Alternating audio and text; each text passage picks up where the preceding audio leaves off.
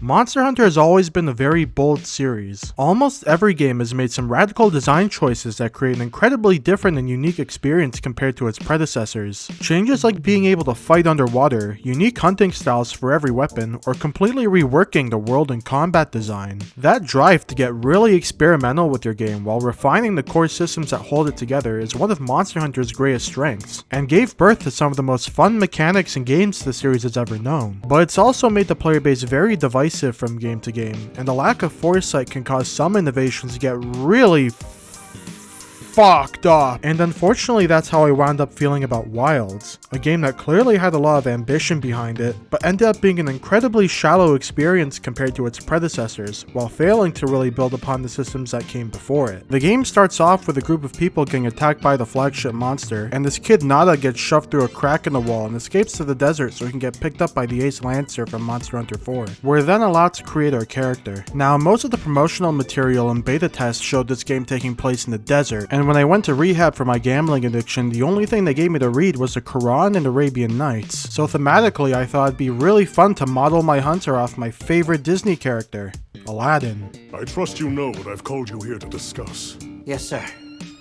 The Forbidden Lands? We're told that an extinct monster called the White Wraith attacked a tribe called the Keepers in a place known as the Forbidden Lands, and we're thrown onto an expedition team with our handler Alma to investigate the area and track down the monster in the Keepers village. The game doesn't waste any time throwing us into the action. Our first task is to save this kid from a pack of sand leviathans called Balahara, which is used as a chance to teach the player about the basic controls. It's pretty frantic for a tutorial, but the entire thing is on rails, and it's not like these guys can actually deal damage to us anyways, so it ends up working out well enough. We save the kid and she tells us to go save her big brother before he gets molested by a bullfrog, but unfortunately his virginity is gonna have to tough it out because the game's letting me test out all the different weapons on this barrel, and I want to practice my jump cancel aerial rave loops before I go so I don't make an ass out of myself when I'm asked to perform in front of Alma. I gotta say, the onboarding experience has been pretty smooth so far. In every other game you'd have to go through mountains of text boxes and cinematics before you're finally off the chain and allowed to go do some chores. But in Wilds, we're already out in the field with a weapon in our hands, ready to fight our first monster. I do wish they put a bit more effort into the training camp though. I play a lot of Insect Glaive and this training dummy just isn't doing it for me. Normally Glaive unlocks its enhanced moveset after getting Red Extract, but in Wilds you need all 3 extracts to unlock your second moveset. The barrel gives you red, but there's nothing in the area that can give you white or orange, so you can't really practice with the Glaive here since you can't access half of your moveset. There is another training area later on that gives us all 3 extracts, but first impressions are important, and you don't want to give people the wrong idea about a weapon because of a small design oversight. The new combat gimmick in this game is holding down L2 to use focus mode, which lets you aim your attacks in whatever direction the camera is facing, even when you're mid-combo. I'm a bit mixed when it comes to its implementation. Positioning is a core part of Monster Hunter's combat design, and being able to adjust yourself mid-combo removes a lot of the nuance of good positioning. But it really starts to fall apart when it comes to interacting with wounds. Hitting a monster part a bunch of times creates a big scar that makes you deal more damage when you hit it, but you can pop it with a focus strike to do a big attack instead. The problem here is that using a focus strike on a wound immediately stops the monster from moving, even during its attack animation, and it causes the fights to become extremely one-sided in the player's favor due to how easy it is to stunlock the monsters with it. It's one of the big reasons the difficulty in this game is so easy compared to the previous games. You don't really dance with the monsters here, you just curb stomp them to death. Our first monsters is Funky Frog Fella, Chotacabra. First monsters are really important for teaching players about common attack archetypes and game mechanics, but unfortunately Chotacabra just doesn't do it for me. His main attacks consist of him trying to slam you with his arms and lick you with his big tongue. The arm slams are incredibly slow and easy to avoid, and his tongue attacks aren't strong enough to interrupt the player's attacks, so you can just sit there and wail on his head since his damage is so pitiful. You can also just stick to his flank and he won't be able to do anything to you since all of his attacks come out from the front. Some people will say, oh, it's just a beginner monster, it's not supposed to be that complicated. But Capcom has already set the bar for itself by having really engaging beginner monsters in the past. Great Macau is probably the best example of this. He's got all kinds of different moves. He's got quick swipes and kicks to get you up front, and he'll start flailing around as a get off me move so you can't camp around his flank the entire hunt. He can also cover a lot of distance with his hip check, so you'll have to be mindful of your spacing if you need to go on the defensive to heal, especially when he gets enraged and gets access to his leaping kicks. He can also enter this special state where he starts bouncing on his tail, which lets him do his fast kicks or his big pounce move. It's a bit intimidating, but you can tell when he's about to do his big attack since it has a really distinct sound cue.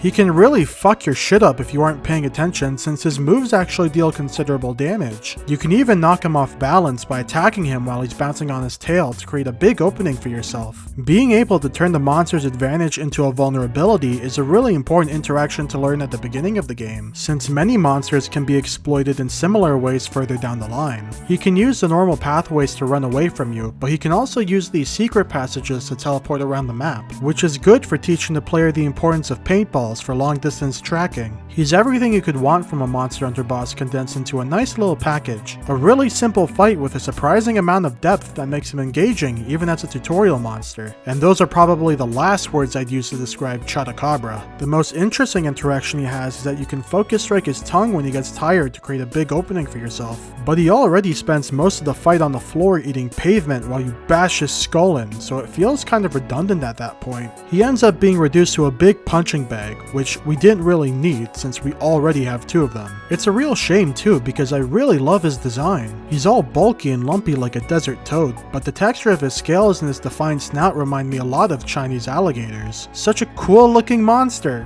Why'd they make him shitty? Anyways, we meet up with the girl's brother, Usagi, and he's all freaked out over how he managed to kill the frog that shagged him.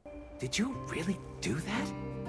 There's no way you should have been able to. It really wasn't that impressive. All I did was mash circle and move to the left. We reunite with his sister back at camp and the game tries to do this weird Witcher dialogue segment. He's really interested in my cheap sword because apparently he's never seen a weapon before. You use those tools?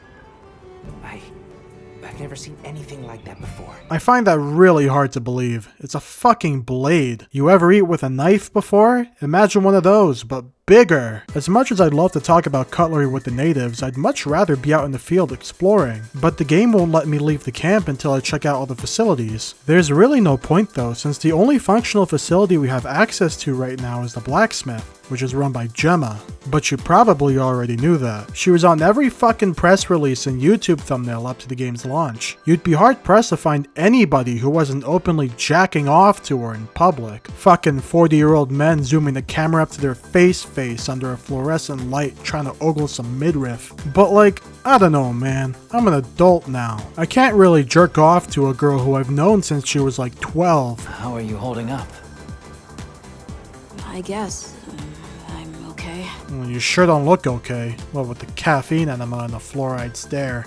Man, the characters look so stiff during dialogue in this game. They look fine during cutscenes, but outside of that, everyone's all fish-eyed and uncanny. It reminds me a lot of old Sonic games, where they start the game off with these really impressive CG cutscenes, but then it cuts to the PS3 model 2 seconds later, and the contrast between the two just makes it look awful. If they wanted to put everyone's face into profile during dialogue like this, then they really should have given more attention to the facial animations. Maybe adjust your art style so you can have simpler models with more expression in their faces.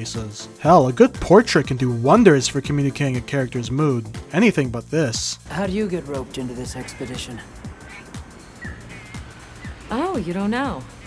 My unit has a reputation for handling special assignments. Can already tell this is going to be quite the ordeal, but the rest of my unit is not too fussed.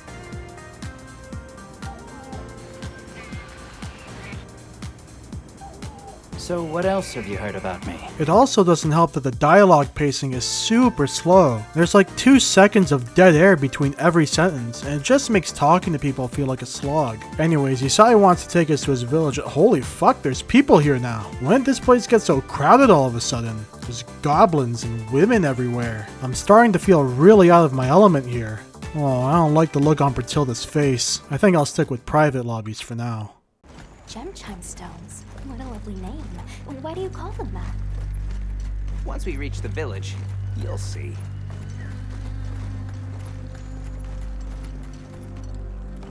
Wow, look at that. The fuck? Why'd they make the map so ugly? It's all foggy and brown. I can't see shit out here. In every other game, the first area is all lush and colorful. But in Wilds, it's like I'm in fucking Pakistan. It definitely takes my breath away. That's just the air pollution from the nearby oil fields. Just breathe through your shirt or something until we get there. Alma's gonna fucking die from carbon monoxide poisoning if we don't hurry up to Yisai's village. I'm starting to get nervous. To the villagers, we're outsiders. We don't want to do anything to offend them. It'll be fine. Just play it cool.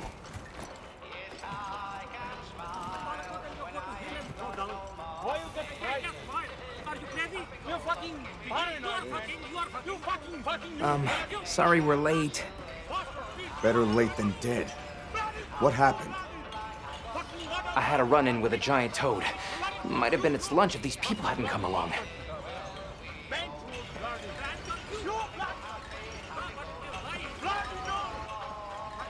Hello, sir.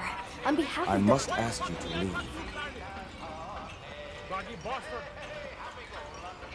We'll be going then.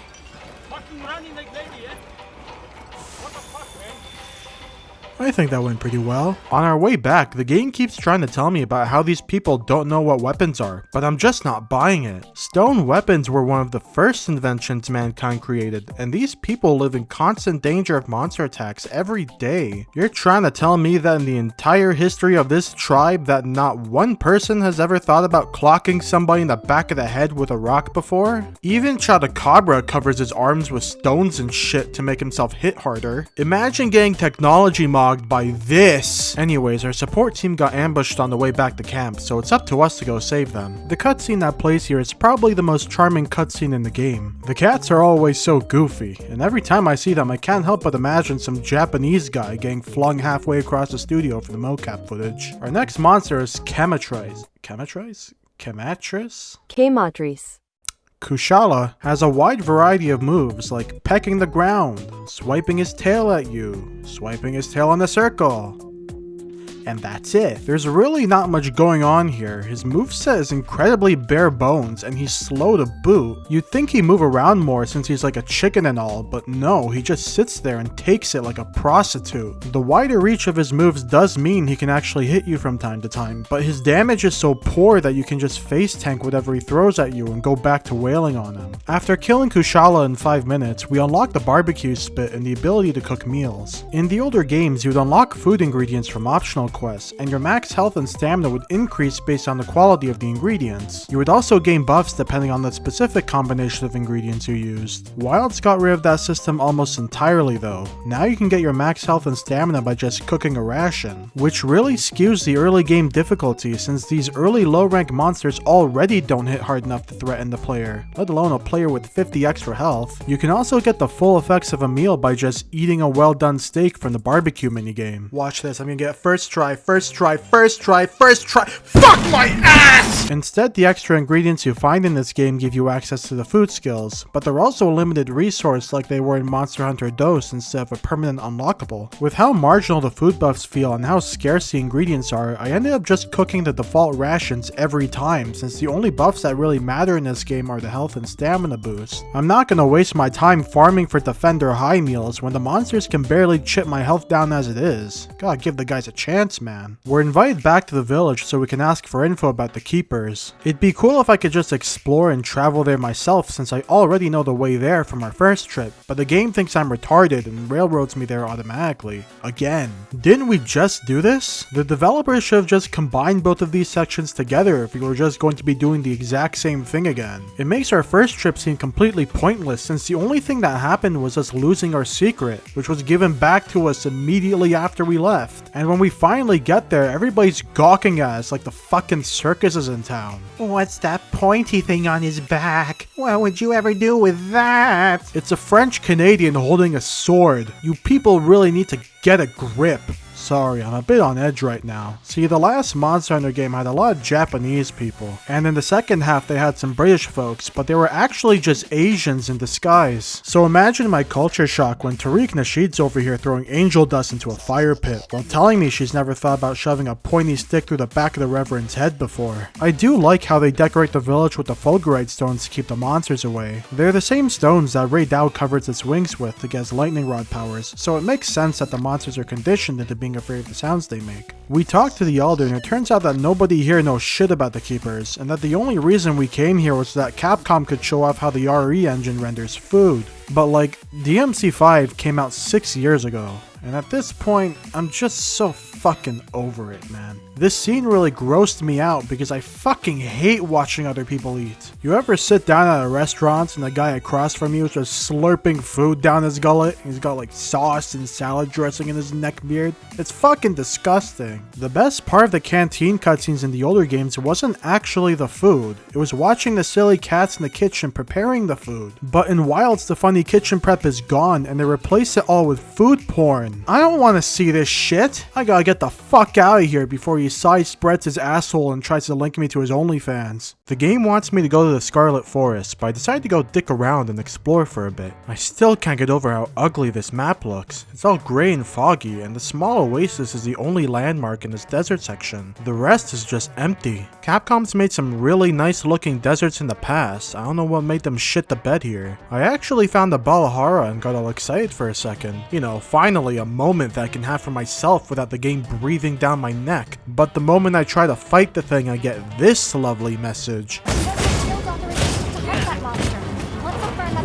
The fuck? It's a free hunt. I don't need authorization to do shit. In World, I could just go on an expedition and hunt whatever I wanted. In 3 Ultimate, I didn't need the guild's permission to hunt shit in Moga Woods. The developers are so afraid of the player going off the beaten path that the game throws a temper tantrum and spams these stupid fucking pop-ups over and over again telling me to eat ass. I love it when a game yells at me for trying to explore and have fun. And when I managed to kill the thing, the game gave me one last middle finger by not giving me the quest rewards, which means that I can't make his full armor set since you need the tickets from the quest rewards to make some of the pieces. Whatever, man. Let's just go to this stupid forest already.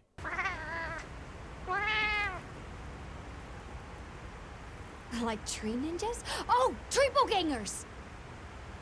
We're here in the Scarlet Forest to investigate the Doshaguma we saw earlier, and we're forced to tag along with this fruity guy named Eric. They have this fascinating process where they coat their bodies. Shut up, I'm talking. I was actually looking forward to exploring this place since it was the only area from the trailers that looked like it had a color gradient. But they keep you on such a short leash because the devs want you to listen to this pasty kid talk about bullshit for 5 minutes. Come on, I just want to pick up some honey. It's not like the end of the world or anything.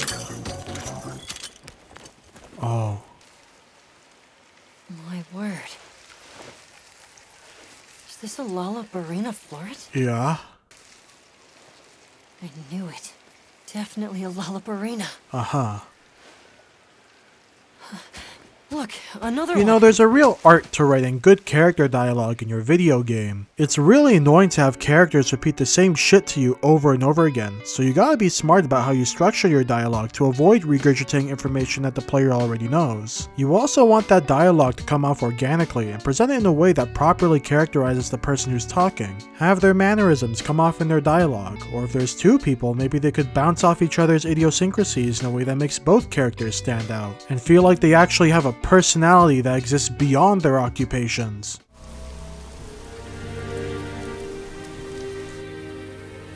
You showed up.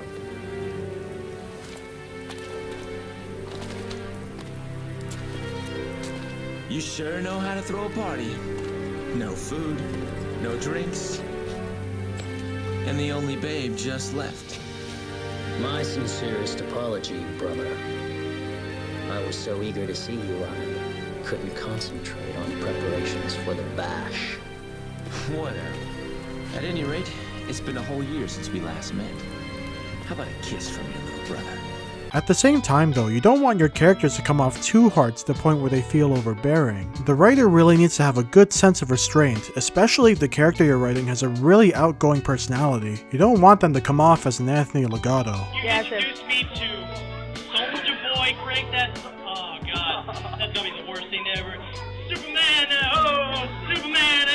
Although calling any of the people in Wilds characters is really generous because half the time they don't talk like real people. Their dialogue comes off as closed captions more than anything. Most of the shit they say isn't useful or interesting either, it's just the developers jerking themselves off over how pretty the map is and telling me how I should feel about it, instead of just letting me soak in the atmosphere and think about what I'm seeing for myself. Anyways, dipshit over here got in trouble smelling too many Lala Barina pubes, so now we gotta go bail him out. She's a really cool looking spider, and the little dance she does when repositioning breeds a lot of character into her. But she falls victim to a very specific type of behavior that I've noticed across a lot of the monsters in this game. Many monsters in Wilds do this thing where they'll throw an attack at you, and then they'll just completely shut down for a second or two so the player can get an attack in. And it just feels super awkward and boring to me. The older games had attacks like this too, of course, but they were usually very playful in how they were presented. Take Nargacuga for example. His signature tail slam has so much force behind it that it causes his tail spikes to get stuck in the ground, and he has to actively struggle for a second or two to pull it back out. There's also this little screech he does after his big pounce where it feels like he's taunting the player if you got hit, or that the monster's getting frustrated if the attack missed. They clearly put a lot of care into making these openings feel organic to sell the illusion of these monsters being actual living creatures instead of just bosses in the video game. But in Wilds, the monsters are like, whoops, I missed. Guess it's your turn now. Boo! It's not just Lala Barina either, it's a lot of monsters. Even Arkveld does this shit with his chain slam. It's super disappointing. Anyways, this is the first monster that can hit us with paralysis, but it doesn't matter because she's already dead, because I stun locked her for half the fight by abusing focus mode and wounds. Fantastic. Our next goal is to set up a pop-up camp in the forest. They function the same way as sub-camps from World and Rise. They act as fast travel spots and allow the player to restock their inventory from inside the tent. In Wilds though, a lot of the camps are placed within monster patrol routes instead of the little alcoves that only the player can access, and the monsters will actually destroy the camps that you set up. I don't really get the point of this. It's supposed to make the world feel more immersive by having the monster come in and break all your stuff, but the interaction takes place off screen most of the time because the player's busy dealing with other shit. So it's reduced to just another annoying pop-up cluttering the side of the screen, which harms the immersion more than anything. And it's not like there's any real consequence to camps being destroyed either, since you can just pay a small fee to have them rebuilt instantly. The older camps work just fine, there's no need to make them shittier like this. We try to set up our first camp, but we're interrupted by these forest creatures called Whoaaas. They're literally just discount Ewoks. Again. You'd think with such a detailed character creator for the felines that they'd make some really cool cat tribes like they did back in World. But nah, fuck it, we're doing Ewoks now. They take us on another on-rails tour back to their village, and they ask us to deal with a Congalala that took over their honey spot. Congalala is our first returning monster in this game, and he's probably one of my favorite early game monsters in the series. He has access to a rare status ailment called Stench that prevents you from using healing items, which is really good at punishing players for acting recklessly. If you prepared in advance and brought deodorant with you, then you can deal with it no problem, but if you didn't, then the status would encourage the player to be more thoughtful and cautious in how they approach the monster, especially after they lost access to their lifeline, or at least that's how it's supposed to work, but that's not the case here in Wilds. There's so many external healing sources like Vigor Wasps and the Palico that make Stench way less impactful. The Palico is especially overtuned with how often they heal the player on top of being able to cure status conditions. And if he didn't have enough going against him already, Congalala is so fucking slow in this game, even by low rank standards. And his attacks don't deal enough damage to be a real threat either. So you can just brute force through his mechanic like every other monster in this game, which is such a letdown because I love Congalala, and he really stood out among the other monsters because of how unique of a threat his stench mechanic was. But he feels completely gutted here in Wilds. The poor little bastard.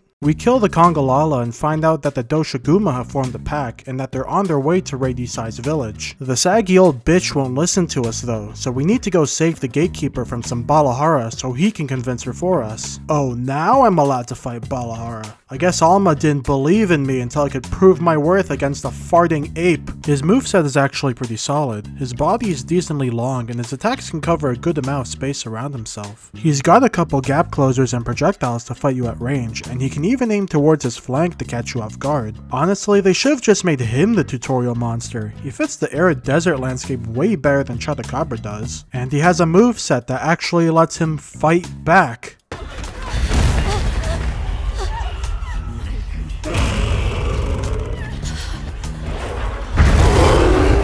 Oh fuck. Shit's really hitting the fan now. We're stuck dealing with all these Doshaguma while Nada's having a panic attack in the corner.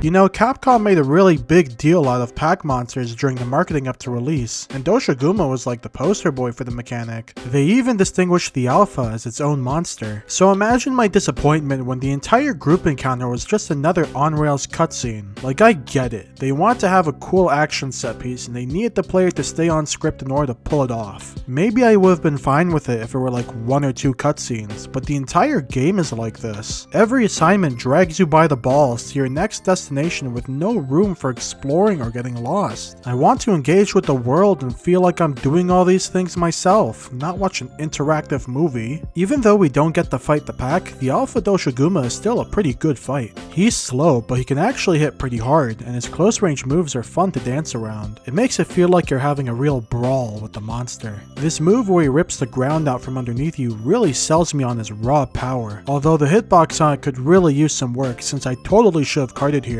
I love this moment where he gets so angry that his muscles start to swell while he squares up and all his old wounds reopen. It's a shame that the wound system is as overtuned as it is because it makes the fight a lot easier than it should be. I would have liked them more if they were just an aesthetic change, but gameplay wise they take away a lot from the fight because of all the extra damage and monster downtime you get from popping them. This is supposed to be the monster's last stand, but instead it's just free real estate for the player.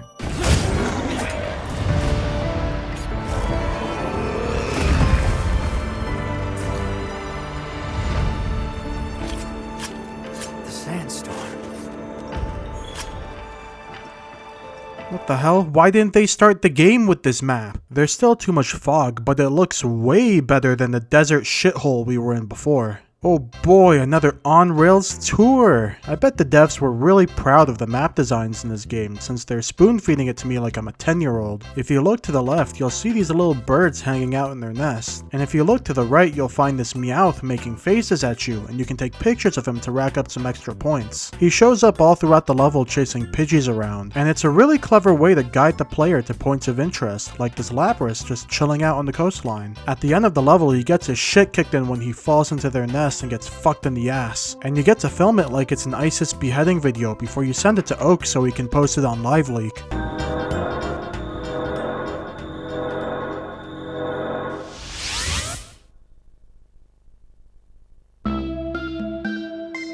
Wait, what? We're back in the Scarlet Forest looking for traces of the White Wraith, but we end up walking right into the turf of the Uth Duna. Every region in the game has an apex predator, and Uth Duna here is the apex of the forest. She's my favorite apex as far as visual design goes. Her scales and water veil are all very colorful compared to other monsters, although the fog and lighting during the downpour do a terrible job complementing them, and makes everything look really washed out. She's also a big fat fuck, and you know, I can really relate to that. The main gimmick here is that her water veil negates damage done to the monster, and they add enough weight to her attacks to create these waves that can push the player back and sometimes deal damage if they're big enough. It's not a very interesting mechanic though, because it doesn't really change how you fight the monster in any meaningful way. You deal with it the same way you deal with any other monster, just hit it a bunch of times. Velkhana had a similar mechanic with her ice armor in World, but it was more interesting in that fight because her armor gave her access to new moves, and you would have have to focus down specific segments of her body to destroy it instead of just aimlessly hitting wherever you wanted. It even rewarded players for breaking the armor by locking Velkhana out of her extended moveset and giving the player a free knockdown. Uth Duna retains its full moveset regardless of whether the veil is up or not, so there isn't any real urgency to deal with it.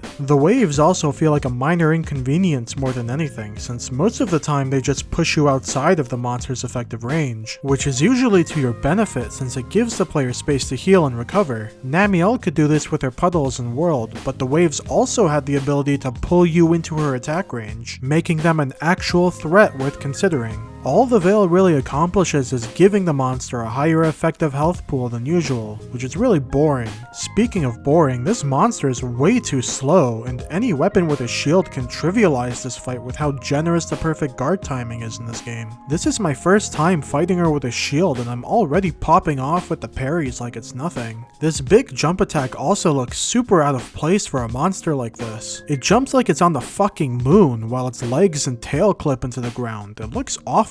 I know I'm being pretty harsh here, and you're probably screaming at your monitor saying, "Oh, it's only a low rank monster." But it doesn't matter whether this is a low rank or high rank. This thing is supposed to be the apex of the region, the top dog, champ of the chumps, the big kahuna. A fight like this is supposed to be more mechanically dense and engaging than the average monster. We've had plenty of mechanically engaging low rank monsters in the past, and as pretty as Uth Duna looks, her fight is as shallow as the waters that you fight her in. At the tail end of the fight, the White Wraith shows up to steal my kill. Like it wasn't enough that I'm forced to have this hammer main tagging along. The game thinks I'm too retarded to get the kill on my own, so they have to send in the flagship monster for the assist. Fucking Arthur Reed over here looks like he's about to blow a casket. He's even angrier than I am. The downpour stops and oh boy, another walk and talk through the forest. But you know what's way more interesting than that? Talking about the user interface. Monster Hunter Wilds has some of the worst menu design I've ever seen in a video game, and from a Project Moon fan, that's really saying a lot. In the older games, the menus had to be tight and compact to fit the smaller screens that they were being played on, but now that these games are on bigger TVs and computer monitors, they can fill the screen with all this obtuse bullshit that can feel really overwhelming to look at sometimes. Right off the bat, the menu labels aren't very intuitive. They're so small compared to everything else, and it's hiding in the top left where it's easy to miss, especially if you're in an area like the Windward Plains where the text color matches the environment. The sub-menus have all this needless clutter and mismatched options. Why do I have two different item pouch menus? Just put that shit together. Why is the login bonus in items and equipment instead of the communications tab with all the other online functions? Inventory management in the tent is awful. In World and Rise, your item pouch was this nice little box that read left to right from top to bottom, so it was easy to understand. But here, my item pouch goes across the entire fucking screen with all these vertical layers that don't make any sense. Like, I get the potions and mega potions being stacked together, but what the fuck is going on over here? None of these items are related to one another. Why are they stacked like this? I don't think I've ever used a paintball in this game, but Capcom must think they're really important, seeing as they have a permanent spot in my inventory. I'm trying to figure out how to make a radial menu, but I don't know what any of this shit means because half of this menu uses keyboard bindings. I'm playing on a controller. What the fuck is this? I'm so tired of these pop-ups, and the button to skip them overrides the button used to open the map. I went to the options menu to try and turn them off, and oh god, there's so many options in here that I don't think anybody knows what this shit does. They shoved in all this crap to customize the AI hunters that I'm never going to use, but I'm not allowed to turn off the tutorials? I don't need this much customization, Capcom, especially when the things I'd want to customize aren't even there in the first place, like disabling the schizo wave on my health bar or turning off the giant red flashbang every time the monster does a big attack. Disable Alt F4 force quit? Why is this even an option? Why is it enabled by default? After the walk and talk, we meet up with Zato and he agrees to take us to the next village, Zoos.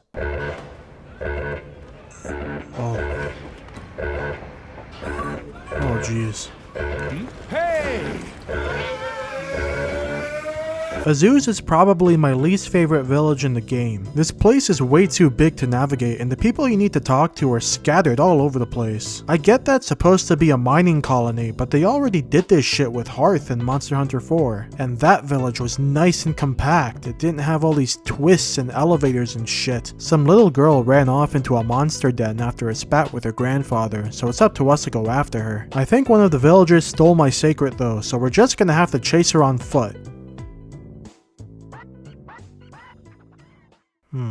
I think it's about time we talked about the Sacred. Monster Hunter World introduced the idea of hunting mounts with the Raider rides, which you could unlock from completing the feline quests in each region. They were a bit finicky to use since they couldn't be controlled manually. You needed to designate a target or a monster trail for them to move, and they get scared around large monsters so they couldn't assist you in combat. Monster Hunter Rise took this idea a step further with the Palamute, which could be controlled manually and would join you in combat, but it came at the cost of one of your buddy slots. Palicos had a lot of utility in Rise, and the Wirebug allowed you to take vertical pathways to traverse the map in ways that the Palamute couldn't. So as useful as the Palamute could be, they weren't really necessary for traversal, and players could forgo it entirely for the utility of a second Palico. The Sacred is a culmination of both of these systems, but in all the wrong ways. Like the Palamute, it's given to you at the start of the game, and you can control it manually, but it can also move automatically like the Raiders. But unlike the Raiders, who still had to engage with the tracking system, the Sacred can just take you straight to the monster because Wilds doesn't have a tracking system. The convenience of being able to automatically run to the monster whenever you want detracts from the world design since it removes the need for the player to manually explore and discover things for themselves. Every pop-up camp and resource spot I found were discovered from the Sacred automatically chasing the monster. There was never any need for me to explore. This is completely different from the Raider ride, which was given as a reward for exploring and interacting with the world. In combat, the Sacred can be mounted at any time, even if you get knocked down from an attack. It's like the Wirefall from Rise, which was already a very contentious mechanic. It's not as immediate as the Wirefall, but it also doesn't cost any resources to use, and it even has hyper armor, which mitigates one of the Wirefall's only weaknesses. And it'll start circle strafing around the monster automatically while you heal or sharpen. It also comes with the supply box, which you can access at any time. Having such a powerful recovery tool with no cost makes it incredibly easy to get out of a bad situation and removes a lot of the punishment for sloppy play. I also don't need to look for openings to heal or sharpen anymore. I can just press up on the D-pad and do whatever I need to do while my Sacred auto-dodges the monster. The worst part is that unlike the Palamute, you can't really ignore the Sacred. The maps are literally designed around them. There are paths that only the Sacreds can use, many of which are so unassuming that you wouldn't even know they existed without the auto movement. Some sections of the map are completely blocked off and require the Sacred to access. Important functions like the supply box and weapon switching are tied to the Sacred, and Lord knows the game needs you to be on the Sacred in order to pull off the intense railroading before every quest. Part of what made me feel like an experienced hunter in the past was learning the lay of the land and the creatures that lived within it, memorizing how areas are connected, where the monsters spawn, and the areas they like to run away to, learning where monsters go to eat when they're tired or where they go to sleep when they're limping, interacting with other mechanisms to make traversal faster, and discovering secret shortcuts that aren't even displayed on the map. Learning and discovering all of these things made me appreciate the world Capcom had created, and most importantly, it made me feel like an actual hunter tracking down their game. There's no reason to engage with any of these things in Wilds when I can just turn my brain off and let the Sacred do it all for me while I fidget around on my phone or jerk off.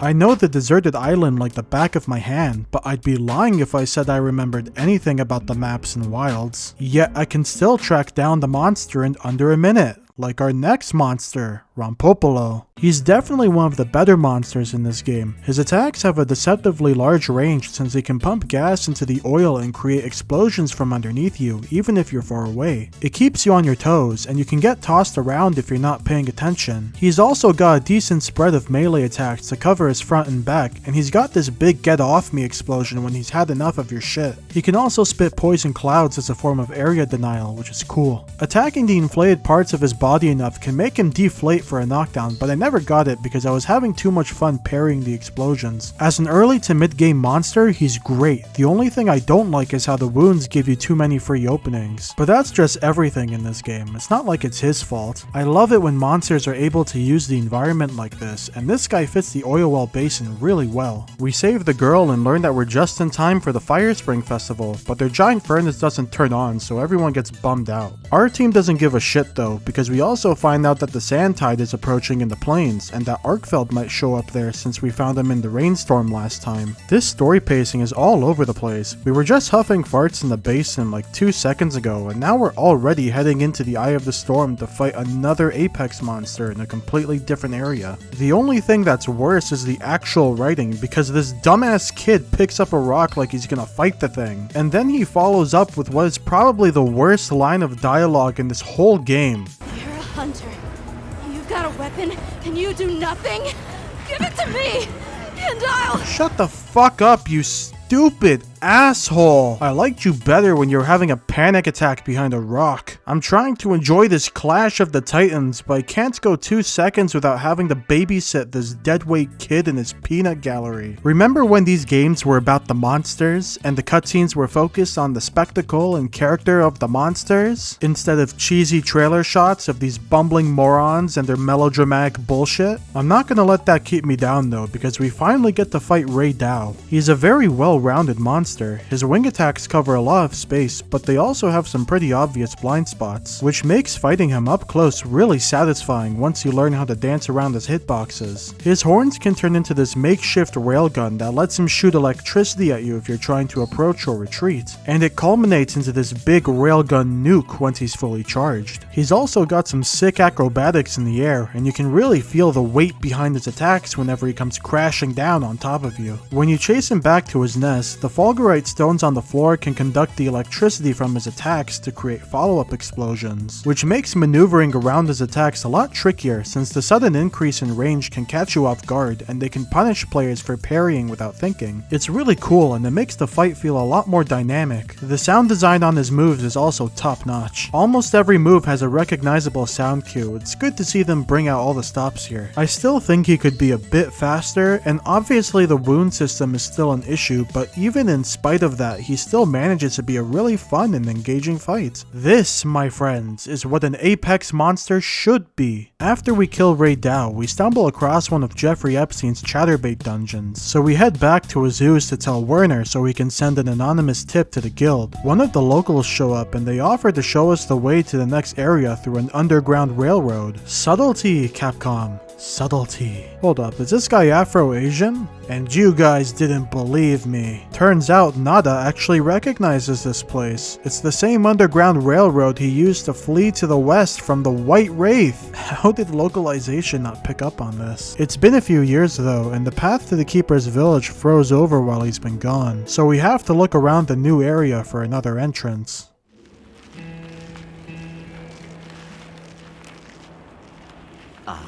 Now death greets me with a new mask, or are you my salvation? Oh, I get it. This must be one of those common variety Whoaaas. Whatever, let's go save him. Nerscylla is our second returning monster, and honestly, I am not happy with her. Not because I hate Nerscylla, mind you, I just hate what the developers did to her. Monster Hunter 4 introduced a lot of vertical elements to the series, like ledges, jump attacks, and map layers. So naturally they wanted to create monsters that could take advantage of this new environment, and Nerscylla was one of them. She could travel between layers of the map and snipe you with her silk when you tried to pursue her. She would hang onto the ceiling and try to pounce the player, as well as drip poison towards the ground from the Gypstero's hide on her back. She also had a couple follow-ups if you got stuck in her webs. Sometimes she'd walk up to you and try to put you to sleep with her stinger. Other times she could actually drag you towards her, isolating you from your team. It made her feel really dynamic. That Gypstero's hide wasn't just for show either, it was effectively armor, and you would bounce off the parts that were covered in hide if you didn't have green sharpness. This was actually a challenge since green sharpness was a scarce scarce resource by the time you fought her, so you'd have to take the extra initiative to keep your weapon maintained or be more precise with your attacks to avoid the armored bits. It was a really great fight that took advantage of the new environments and mechanics of Monster Hunter 4 while encouraging players to do the same in order to deal with her. And she left a really strong impression on people because of that. You ever wonder why people lose their shit every time they introduce a new Temnoceron into the series? It's because of her. With that in mind, what did Capcom do to adapt her into Wilds? It's simple. They gutted her. She no longer has the ability to travel between layers of the map because the areas that you fight her in don't have multiple layers for her and the player to travel between. The closest thing to it is when she goes under her web to briefly do her mandible attack in her nest. They also removed her ability to walk and camp you out on the ceiling. Instead, she jumps onto the ceiling to do one pounce attack before shutting down for 4 seconds and then immediately coming back down when the animation ends. They effectively replaced all of her vertical map mechanics with glorified attack animations, which is such bitch shit. They also removed her different follow-up attacks when the player gets trapped in her web. Now she'll always follow up with the big mandible attack. Every time. Her Gypsyros armor doesn't make you bounce anymore either. The only place you can bounce off now are her front claws, because God forbid the armored parts of a monster actually do their job at protecting the monster. Not that falling to yellow sharpness is ever an issue anyways, with how plentiful green sharpness is in this game, and the fact that each swipe of the whetstone refills your sharpness incrementally instead of having to commit to the full animation. You can even do it while moving on the sacred. And just like every other monster in this game, she is so slow. Remarkably slow, especially compared to her old gen counterpart. The only thing she got in return were these little babies that'll try and swarm you in her lair. But the babies are so slow and weak that they'll just die in one hit while you're fighting the actual monster. So they're just collateral damage instead of an actual mechanic you have to play around. If you're going to gut and remove everything that made the monster engaging, then why even bring it back at all? You may as well make a completely new monster at that point, because this isn't Nursilla. It's a shallow, declawed husk that's pretending to be Nursilla. Anyways, we save Big Hat Logan, and he offers to show us around the place as thanks. Ice levels are my favorite areas in video games because they remind me a lot of home. I have a lot of fond memories watching the snowfall while waiting for a train that's 30 minutes late, because it's minus 35 and the air becomes so dry that it literally hurts to breathe and it makes your phone stop working. But at least it looks pretty, and this doesn't. It's just a bunch of colorless hallways and ruins, and the dark lighting and fog aren't doing it any favors either. I get that it's supposed to be bleak, but there are plenty of games that have bleak settings that still manage to look visually captivating and colorful. The most color I've ever seen out of this area was from when it blue screened my computer. While Rove is giving us a tour, we get attacked by a pack of Hirabami, and everybody insists we run away as if I'm somehow not strong enough to deal with a couple of fodder monsters. And the game uses this as a chance for us to have a little heart-to-heart with the peanut gallery. I thought finding my village would be easy. That I could take you straight there. I can't believe I can't even show you the way. I feel so useless. You are a worthless, bitch-ass nigga. Your life literally is as valuable as a summer ant. I'm just gonna stomp you. You're gonna keep coming back. I'm gonna seal up all my cracks. You're gonna keep coming back. Why? Because you keep smelling the syrup. You worthless bitch-ass nigga. You're gonna stay on my dick until you die. You serve no purpose in life. Your purpose in life is to be in my stream sucking on my dick daily. Your purpose in life is to be in that chat blowing a dick daily. Your life is nothing. You serve zero purpose. Let's say there's this little girl. And she feels like she has to solve all the problems alone. If you met this girl, what would you say? What the fuck are you talking about? Literally every problem that's happened in this game so far was solved by the player. I'm the one sticking my neck out to keep these idiots safe. There was a time when I closed myself off from the world. But then, I met Nata. And despite having lost everything he knew, he was still captivated by the world. Seeing that inspired me.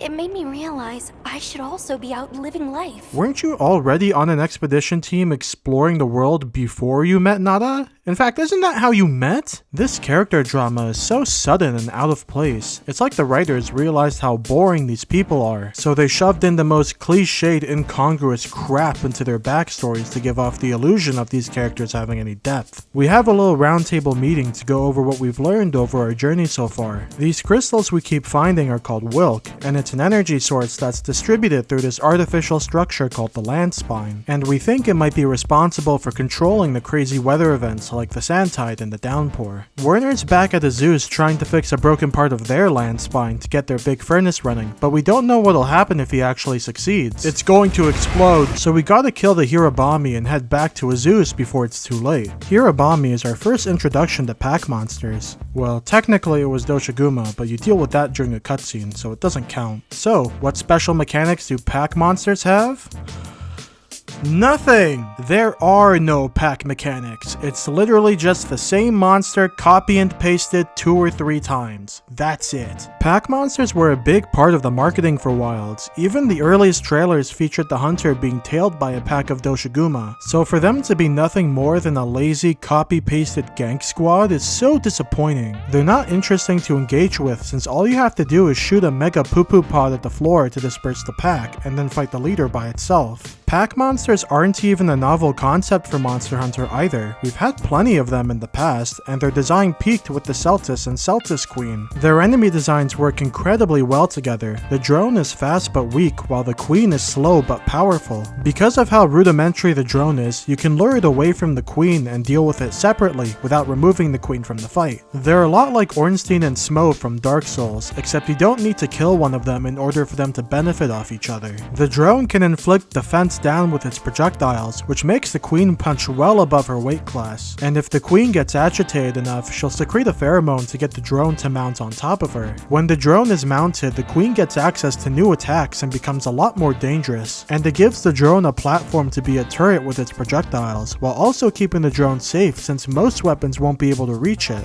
This creates a really interesting dynamic for how a player can approach the fight. Do you kite the drone away and deal with it first so that the Queen can't power up? Or do you go straight for the Queen and learn how to play around her enhanced moveset? It's an incredible fight that shows off the potential pack monsters have when they're actually designed around each other, and Wilds doesn't come close to realizing that. Just shoot the poo and be done with it. Even with a pack, Hirabami isn't interesting to fight at all. It just shoots ice projectiles and lunges at you from time to time. It doesn't deal enough damage even against my 10 defense starting armor, which I'm still wearing because the monsters so far haven't been fast or strong enough to warrant the upgrade.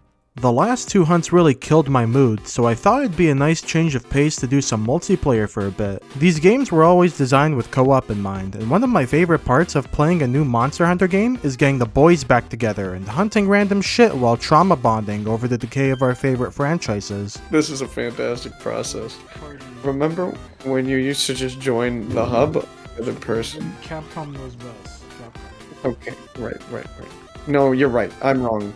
Capcom can't make mistakes. In Wilds, it's never been easier to connect with your friends. All you gotta do is make a private lobby, send your friends the randomly generated lobby ID, and then add your friends to one of your 3 different friend lists so you can rejoin the lobby easier after the game crashes in about 10 minutes from now. From there, you can do a couple things, like progressing the story together. Except you can't just do the story missions together. That would be too complicated. Both you and your friend have to start the quest by yourselves and do the unskippable walk and talk and find the monster cutscene. Then one of you has to leave the quest to join the other person and then walk all the way back to the monster from base camp because Capcom didn't learn anything from Monster Hunter World. But that's okay, because now you and your friend finally get to fight the monster together for about 2 minutes, and then the game disconnects because netcoding is hard. Not to worry though, because as long as you exchanged friend codes, you can just rejoin the lobby from your friends list nice and easy. Except, no you can't, because of course not, it's bugged, which means rejoining the private lobby through the friends list just doesn't fucking work. So now your friend has to send you the lobby code, and then you get to spend 10 minutes trying to establish another link party because the user interface is such an obtuse mess that nobody understands how any of these systems work. Link party, view link members, Oh, I need to manually... Okay. Isn't there like a notifications list somewhere? I don't know where it is. Invitation list. Is that what you're thinking of? Okay, Andrew, go to your invitation list. I don't have an invitation. You did not. You don't have an It says... Okay, how do I invite you? Shit. If story mode isn't working out, you can instead play with the new environment link feature, which invites all your friends into a synchronized environment that you can explore and have a seamless hunting experience together. Sounds easy, right? It isn't. If one of your friends is farther behind in the story than you are, they're not allowed to join your environment link. Okay. I cannot join environment link because the necessary conditions were not met. No way. So only the player who's farthest behind is allowed to be the host, and chances are they're even less familiar with the UI than you are. So good luck. I can't invite you. Yes, you can. Go to member list, go to lobby members, press on me, and press invite to link party.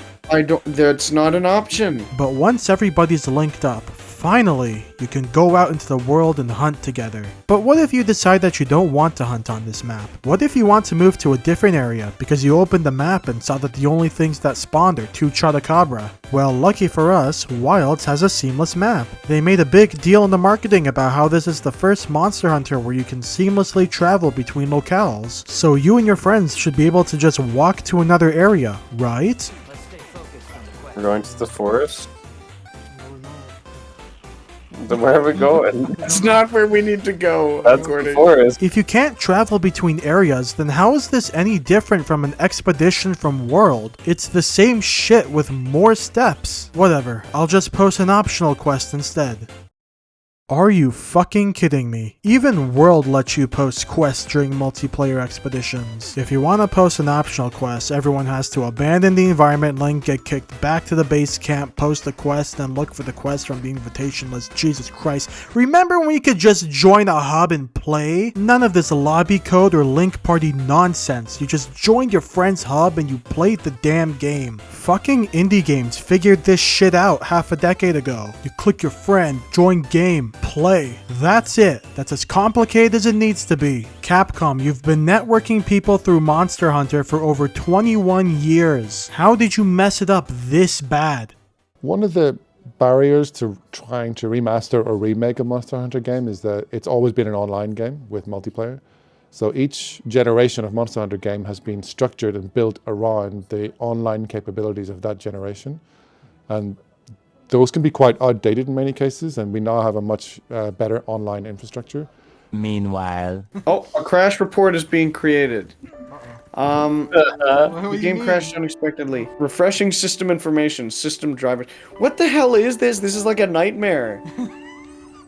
This is insane. I'm gonna send a screenshot. Here. This isn't the video, I mean. I think you got a virus. Like I said, it looks like a nightmare. Remember how the game came out and we were like, oh, when are we gonna do multiplayer? And you were like, I don't think we're gonna do multiplayer. Maybe in my next life. We make it back to Azu's and we try to tell Werner not to turn on the fire spring. If that thing is some kind of energy conduit, then the energy won't have anywhere to go if its pathways are broken. So... It's going to explode. Well, too late. Repairs are done. We'll unrepair it. Why? Because it's going to explode. It was broken, now it's not. Pretty sure that's what these folks want. I saw it in the trailer. It's going to explode. Light it up! Explode. Oh my god, I can't believe it! I mean, who could have seen this coming? I didn't think it was going to explode with the fire and the explosions. I don't know, man. I mean, like, this wasn't supposed to happen. This wasn't supposed to happen. We never wanted this to happen! Gemma gets all pissed off and yells at everybody for not using their brains, and they decide to reroute the fire to a different furnace. The explosion attracted a couple of these monkey fellas called a Jarkarn, which means it's game time for us. One thing I noticed during this fight though is that I actually disabled my Palico a few hunts ago to make the game feel a bit more challenging. But the game turned it back on here because it doesn't trust me enough to make my own decisions. Why even give me the option if you're just gonna make the choice for me? The fight fight starts off with two Ajarakarn at the same time, which can be kind of tricky to deal with. They almost ganked me in this corner, but the Sacred is so overpowered that I'm never in any real danger because I can just recover for free. Eventually one of them leaves, which is kind of a buzzkill. The last couple fights have been so boring that I'll take anything that can wake me up at this point. I'm not too sure how I feel about Ajarakarn. His base kit is pretty bog standard for an ape. A couple punches and slams, and maybe he'll throw some rocks at you if you're far away. I like this move where he uses the ridges on his back to spark up the ground like a flint and steel. The visual effects are great. It's also one of the few monsters that can give you Blast Blight, which makes you explode after a while or when you get hit. Eventually he gets heated up and gets access to a more interesting kit that lets him rip fire out of the ground and do this big Blanca Ball dive bomb attack. He's got some neat tricks up his sleeve when he's powered up, but he doesn't really spend much time in this form, so for most of the fight you're going to be dealing with his boring standard moveset. I'm also not too impressed by his visual design. Rajang already did the whole Super Saiyan thing, and his fight has a lot more going for it than this guy's fight. He also has the same problems as every other monster we fought so far. Too slow and not enough damage. Even with my 10 defense armor, he still can't kill me with one of his strongest attacks. He's just okay, I guess, but he definitely could have been a lot better. After we're done dealing with this Ajarakan, a few more show up in the village, but they're dealt with immediately when this area's apex shows up and teaches him who's boss. The game wants us to kill it though, because the villagers are afraid that it'll consume the Everforge? Long ago, there was a particularly fierce fire spring.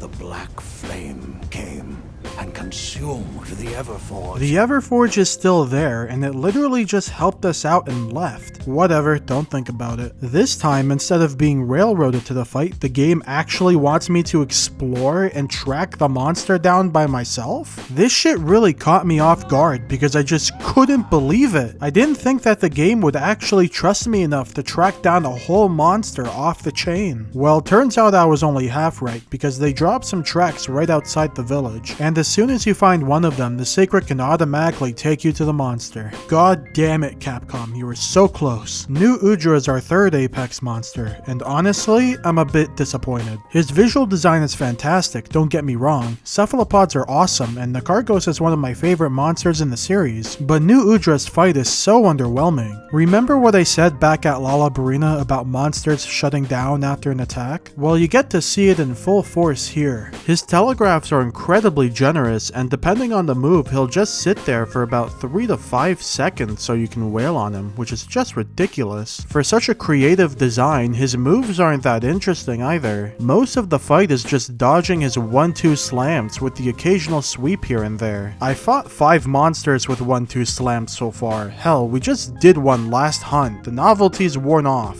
I do like this move where he starts dumping oil out of his siphon to make a fire wave, and this attack where he flails burning oil everywhere with his tentacles. It's very creative. There's a lot of cool things you could do with an octopus. They've got the aesthetic down with how he moves around and squeezes into small spaces, but they should have leaned into it more during his fight. Octopi are all about ambushes and camouflage. It would have been cool if they put him in the actual oil areas of the map and had him sink into the oil pool to try and flank the player, like Chameleos does with his camouflage. Maybe he could even light the oil on fire for some area denial. They also could have had him coordinate his slams with 2 or 3 tentacles at the same time instead of just 1 by 1. Or maybe have him flail around like Nakarkos does with his tentacles. One thing I can't complain about though is the music. I'm a sucker for brass and strings, and this theme sounds like it came straight out of Shadow of the Colossus.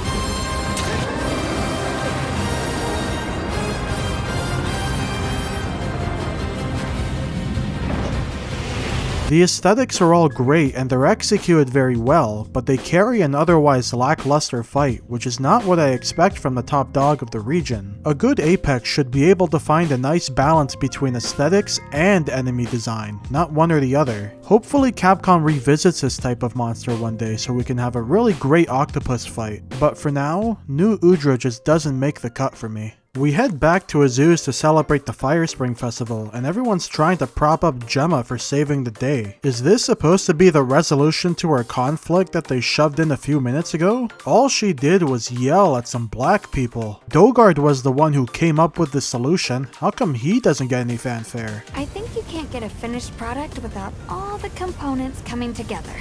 right? Oh, how self-aware. I'm still not jiving with our main cast. Honestly, the only character who's really grown on me is Werner. He's the only character who's done anything to get the plot moving. He's a complete asshole, but he knows that he fucked up and wants to own up to it, which is nice to see. Guess I made trouble for you back there.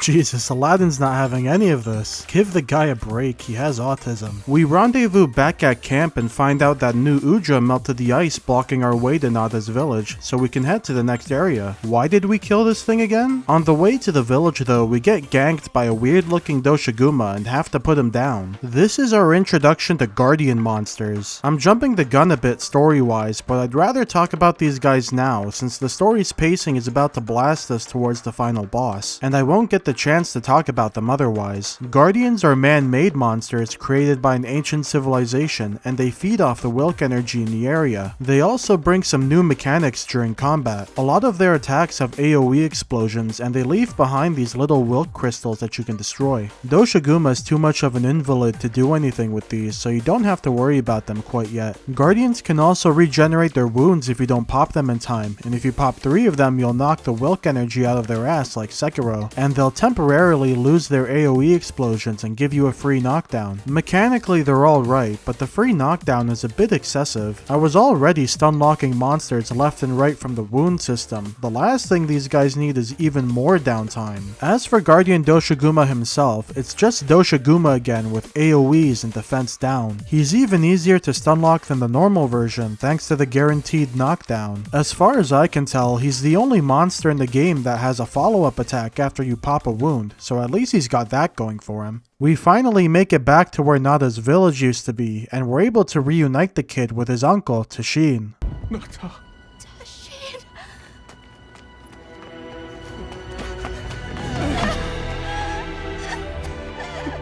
You're alive. Nada. Listen, I know this is supposed to be a really emotional moment, but well, you know me, I can't help but wonder. What is Tashin still doing here? Like, I know the new village is nearby, but there's a big hallway you have to walk down to get there. Did he just chill out behind this fake wall for all these years, waiting for Nada to come back? I wonder what he does while he waits. Probably kicks rocks all day. Or maybe he just jerks off. A lot. Maybe that's why the plants were all white. You know, because he's a nice guy. Don't fucking touch me. Oh my god, Tashin, you got it all over the Rathalos too? I'm starting to have second thoughts about bringing Nada here. Throwing a Guardian Rathalos at us before we get to fight the normal version is a bold move on Capcom's part. Not that I'm complaining, I actually think it's great. Rathalos has been around for a long time. Any hunter worth their salt knows this song and dance by now, so curveballs like this are refreshing. I actually wish they do this kind of shit more often. Guardian Rathalos is interesting because he's able to blow up the Wilk crystals he creates by lighting them on fire, which lets him pull off some crazy cross-ups on you if you're not paying attention to your surroundings. Aside from that, well, it's a Rathalos fight. Do I even need to explain it? The dude's over 20 years old. You know him. I know him.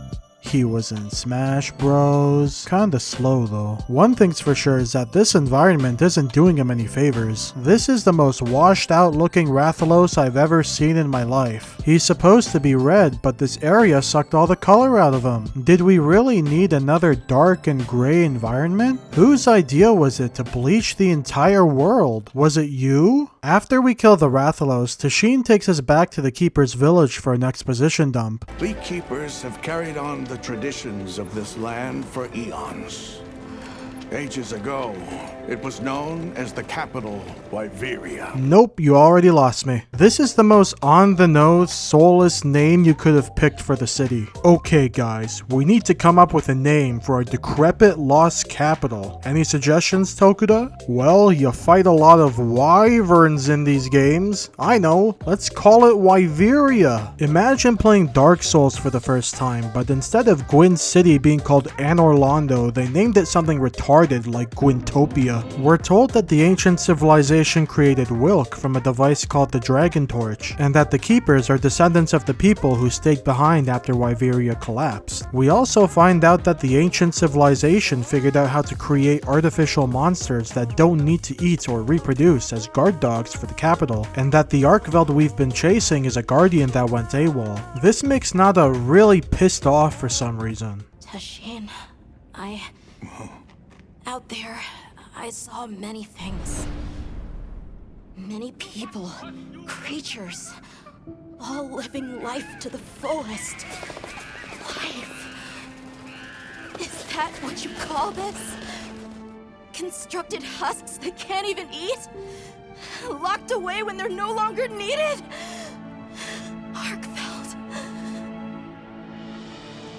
All it wanted was to be free! What the fuck is this kid's problem? He's yelling at Tashin like it's his fault somehow. And now he's siding with the Arkveld? Sure, he wants to be free, but did you forget the part where he killed a bunch of people and destroyed your village for no reason? How's that freedom working out for ya? Speak of the devil, Arkveld shows up to eat some Guardian Sacred, and we get the chance to throw hands for a bit. Nothing too crazy here though, it's just a teaser fight. I'm on fire with these parries though. Poor guy never stood a chance. We repel the Arkveld and meet back up with Tashin. Everybody's freaked out that Arkveld learned how to eat, which is not something that Guardians are supposed to do, and they're worried that Arkveld might be transforming into something else. Nobody here has a clue of what's going on, but Tashin says there's an old lady on top of a mountain who might know something about Arkveld's situation. But like, why do we care? Our main objective was to find the Keepers and figure out what the White Wraith was. Well, we found the Keepers and we know what the White Wraith is. Why do we care about what it's going to become? If this thing's going around causing problems and you're that paranoid about him, then shouldn't our next mission be to track down and kill it? It's not like we haven't killed for much less. What's one more to the body count? Hell, he's still in the area. We could literally do it right now. We need to reach a village called Suja. Do you know of a way there? Or maybe not, just don't think about it. In order to get to the top of the mountain, we have to make it past this bridge in the Ice Shard Cliffs, which also happens to be within the patrol route of the apex monster of the region, Jin Dahaad. They really did save the best apex for last, because Jin's fight is actually pretty solid. He's very similar to Safi Jiva from Monster Hunter World, since they share a lot of the same types of attacks. Jin likes to move around more with his charging attacks compared to Safi though, who mostly just stands in place for you. You also don't need the Clutch Claw to weaken his parts, which is a straight upgrade. And of course, they both have a supernova that you have to avoid by hiding behind a rock. A big problem I've noticed though is that a lot of people don't seem to understand how this fight works, because the game does a terrible job at teaching the player about what they're supposed to do. The monster is covered from head to toe with these ridges, and Olivia specifically tells you to hit the big ridges on its back, but if you try to hit them, you'll just bounce off and do nothing. What you're actually supposed to do is break the ridges on its head, tail, and lower abdomen to make the ridges on its back overheat. Then the back ridges become a weak point, and you can break them to disable his supernova. But the first time you fight him, you don't really know any better, because all you hear is this cunt telling you to break the ridges on his back, and then you eat shit when it doesn't work. There's also a completely different set of ridges on his legs, but you don't have to break them to overheat the ridges on his back, so it's confusing as fuck as to what the game actually wants you to do, to the point that people just ignore the mechanic and wail on his front legs and head the entire hunt. That's why it's really important to have good communication for a complex monster like this. Speaking of complex, it probably took a lot of effort getting this big guy to work.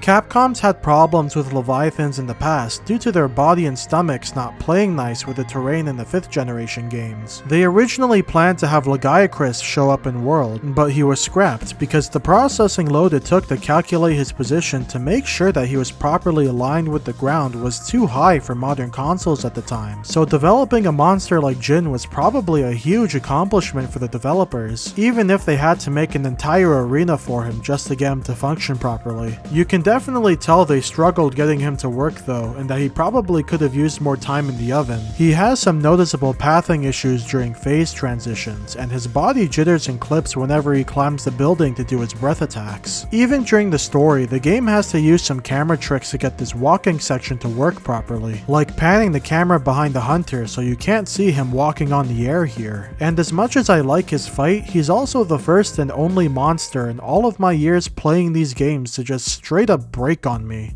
which is not good. But when he does work, he's a really fun fight. Also, his theme kicks ass. Hey, what's up, guys?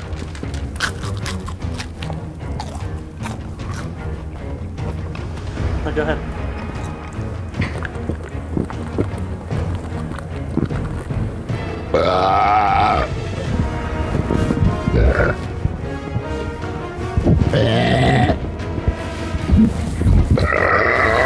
You ever had a threesome? No. No? Would you like to? We manage to send Jin falling into the abyss, and we make our way up to the final village of the game, Suja. Look over there. That's where we came from. Dude, it's just like Dark Souls! We used to be down there, and now we're up here, just like in Dark Souls! Except in Dark Souls, I was allowed to come to that realization on my own terms, and the game didn't have to spoon feed it to me like a 2-year-old. Also, why the fuck is the Shire on top of an ice mountain? We find the old lady Tashin told us about, and it turns out she doesn't know shit about the Arkveld, and that the only reason we came here was so that Capcom could show off how the RE engine renders food. God damn it! This entire trip was a total waste of time. The only thing we learned was that a completely unrelated guardian destroyed Wyveria thousands of years ago, and that the Dragon Torch is also responsible for controlling the weather. But we could have gotten all of this information from Tashin, since we find out later that he already knew all this shit. He just never told us about it because it has nothing to do with our main quest of tracking down Arkveld. And after making this pointless pilgrimage up this stupid mountain through the den of one of the most dangerous monsters in the Forbidden Lands, our genius party members rub their 2 brain cells together to reach a stunning conclusion that Arkveld, who was born in Wyveria, eats monsters from Wyveria, and has been frequently seen inhabiting and picking fights within Wyveria, just might be in Wyveria. Of course! If we want to learn about Arkveld, we need to learn more about Guardians first. And where are Guardians born?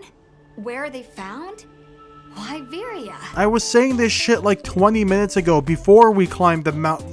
Fuck it, don't think about it. Man, we really are high up though, aren't we? I wonder if the people from Yisai's village can hear me from up here.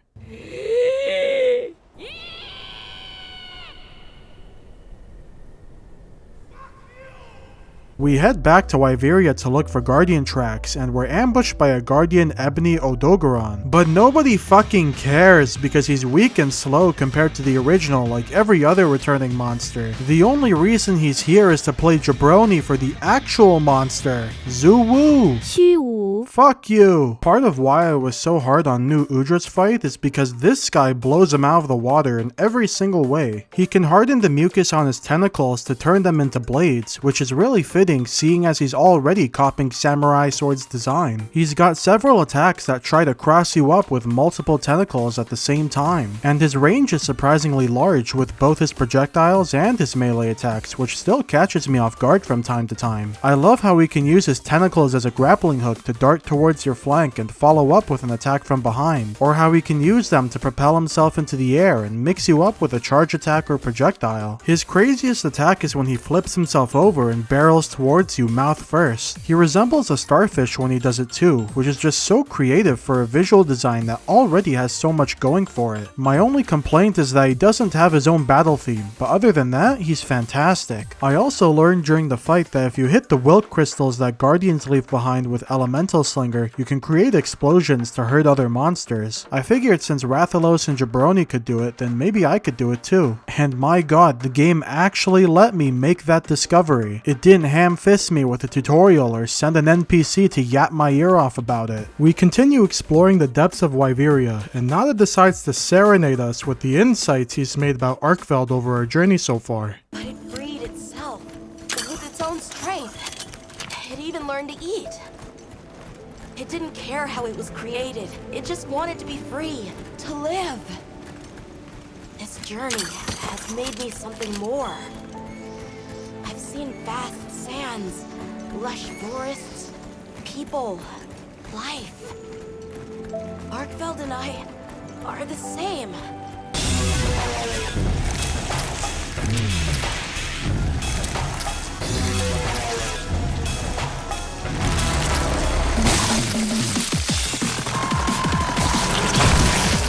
Sorry, but I'm not really sold on this Arkveld is a tragic villain nonsense. I don't know how I'm supposed to feel bad for this thing when every time it's shown up, it's caused senseless destruction for no reason other than to satisfy its self-destructive impulses, usually by invading other ecosystems where it doesn't belong and strangling its key players to death, excessively gorging on life even though it doesn't have a functioning stomach, inspiring sociopathic tendencies in others, and murdering random civilians. And now we are being presented with what is basically a sacred mass grave, with Buffalo Bill in the corner trying to defile a mountain of corpses. And for some reason the game is playing sad music and the characters are trying to make me feel pity for the Arkveld? Get the fuck out of here! I don't care if this is the first thing it got to choose for itself, it chose violence! It'd be like if the caveman wandered out of Plato's cave and the first thing he chose to do was stab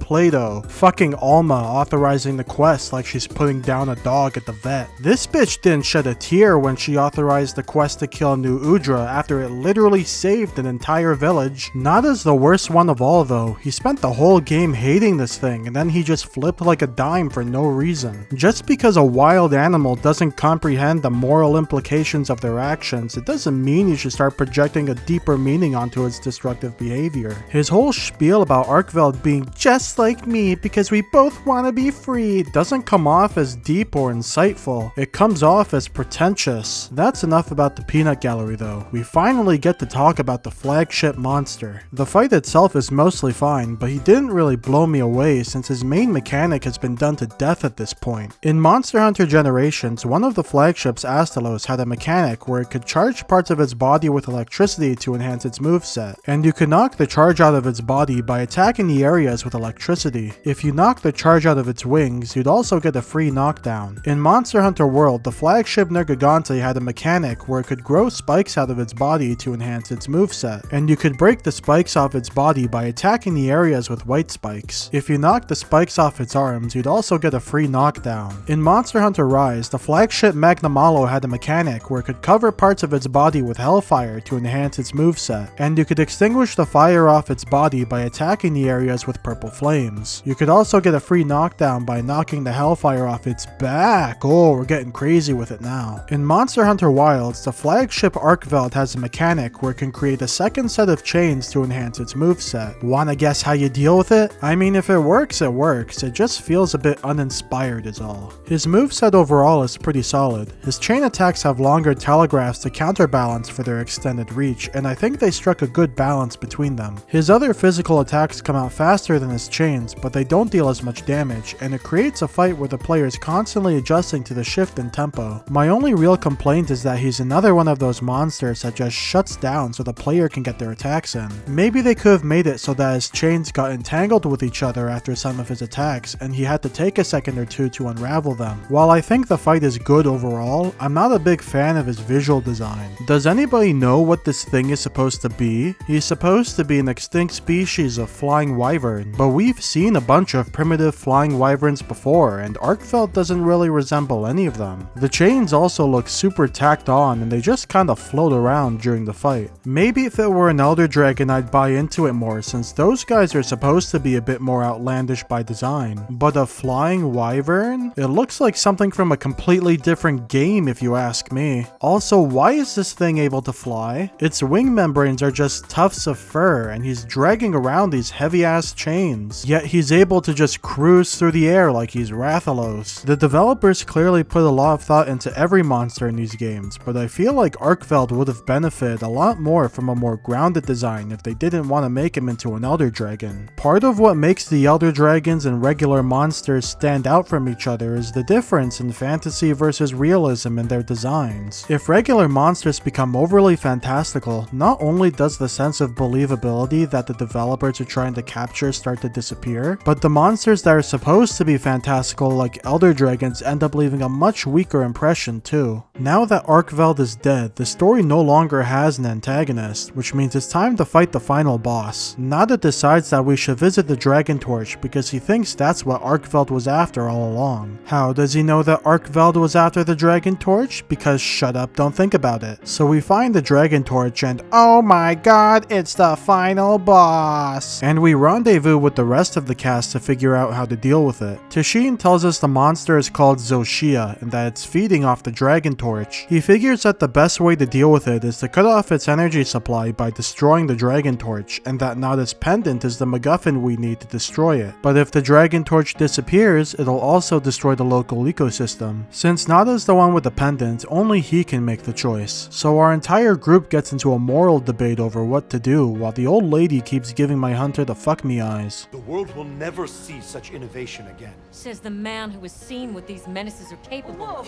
Destroy their natural order. But at least they won't be dead.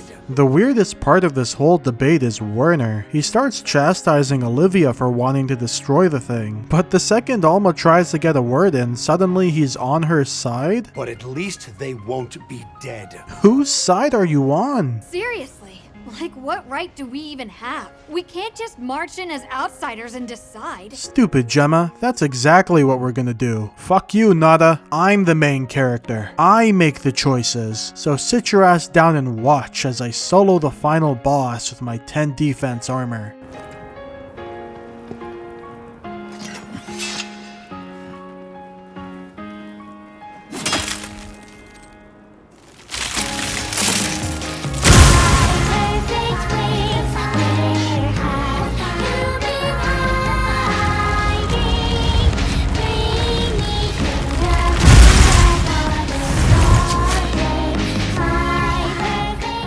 By my own order.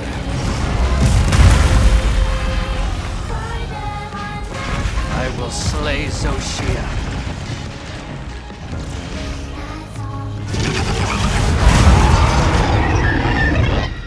When it comes to enemy design in Monster Hunter, there are 3 monsters that are important to get right. The first is the flagship for obvious reasons. It's the monster you see on the box. The second is the tutorial monster, since it teaches you the basics of the game and serves as a microcosm for what the rest of the game is going to be like. And the third is the final boss, since they are the culmination of everything the game has been building up to. And just like how it's important to leave a good first impression, it's also important to leave a good final impression. Since most players stop playing after the credits roll, and ending on a high note will make it more likely for people to want to buy the next game. Now, as we talked about before, Chotacabra sucks and Arkveld is just okay, which isn't really ideal, which means Zoh Shia has a lot of heavy lifting to do. It's hard for me to evaluate Zoh Shia because Zoh Shia doesn't really do that much on its own merits. Many of its design elements are based on Fatalis, and almost its entire moveset is ripped straight from Shara Ishvalda, Safi Jiva, and Iceborne's Fatalis. It also has several moves adapted from White and Crimson Fatalis. Now, I don't think there's anything inherently wrong with wanting to pay homage to Fatalis or the other endgame monsters, but there's a fine line between paying homage to something and straight up copying their movesets and animations. Ironically enough, Zoh Shia doesn't even do a good job at copying the fights it's trying to be either. Part of what made these fights so special was the challenge that came with them. Fatalis in particular shook the player base in such a way that even to this day, people revere Iceborne Fatalis as one of the hardest yet also one of the greatest fights in the Monster Hunter series as a whole. Zoh Shia, with all of his stolen valor, doesn't even hold a candle to this. His attacks are slow and they hit like a feather. The terrible tracking on his attacks combined with how long they take to come out make them incredibly easy to avoid, and on the off chance you get hit, you don't have to worry about it because his attacks don't hit hard enough to threaten the player. I haven't switched off or upgraded my starting armor this entire game, yet this thing still can't get a single card on me. Compound this with all of Wild's other combat issues like focus mode trivializing positioning, wounds that make it easy to stunlock the monsters, the overtuned Palico and its endless healing, and the sacred get out of jail free card, and what you're left with is an incredibly derivative and shallow copy of a much better boss fight that came out almost 5 years ago. Reusing assets is a normal practice in game development to save time and resources so that the developers can devote those resources to other areas of the game. I don't have an inherent problem with Capcom reusing attacks and animations across other monsters, but this is the final boss. A monster as special and important as this is where the extra time and resources should be going towards. It should be unique. So to have the fight be a shittier, dumbed down copy of Iceborne's endgame monsters is inexcusable to me. If I want to fight Fatalis, Safi, or Shara again, I would just boot up World. His visual design is also a mixed bag. His armored form isn't anything to write home about. It looks kinda like a jagged white Gore Magala. But when he morphs into his jet black form, he becomes really over-designed with all the Fatalis horns protruding out of his body, and the weird bumps and spirals covering up any facial details that might exist. Conceptually, it's supposed to be the equal dragon weapon, which was an artificial Frankenstein's monster/weapon hybrid from Monster Hunter 1's scrapped concept designs. It doesn't really look like a Frankenstein's monster though, it's more of an amorphous blob that vaguely resembles a dragon. It'd be like if you threw Nightmare from Devil May Cry into Monster Hunter. This is probably what he would look like. The Atal Neset did a much better job capturing the visual concept since it actually looks like a weapon. If Zoh Shia gets one thing right though, it's the visual and sound design of its attacks. This is probably one of the coolest sounding monsters I've ever heard from this series.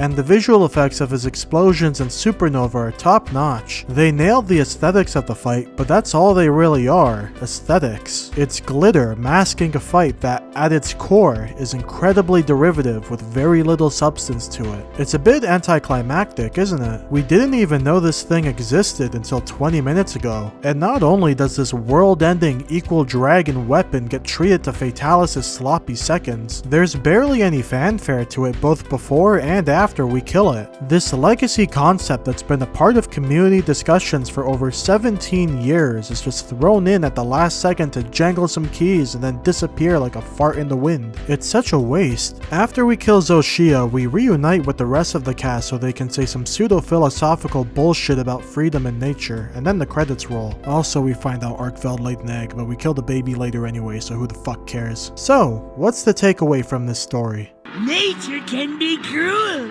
but I can be crueler! Kill the tree! Kill the tree! Kill!